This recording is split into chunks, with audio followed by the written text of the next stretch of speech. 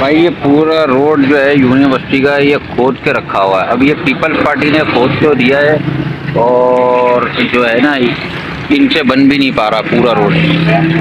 वहाँ से लेके नुमाइश तक का जो है ना इन्होंने खोद दिया। दुनिया बुलेट ट्रेनें बना रही है और हमारी माशाल्लाह पीपल्स पार्टी से जो है ना ये रोड ही नहीं बन पा रहा। मुझे लगता है कि दज्जाल आगे बनाएगा।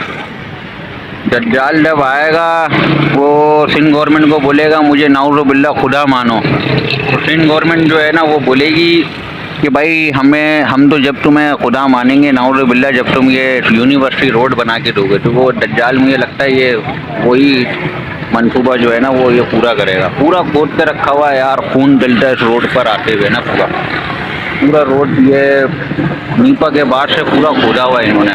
नुमाइश तक ही खोद दिया अब तो पूरा। अब तो सदर में भी घुस गए खोदने के लिए।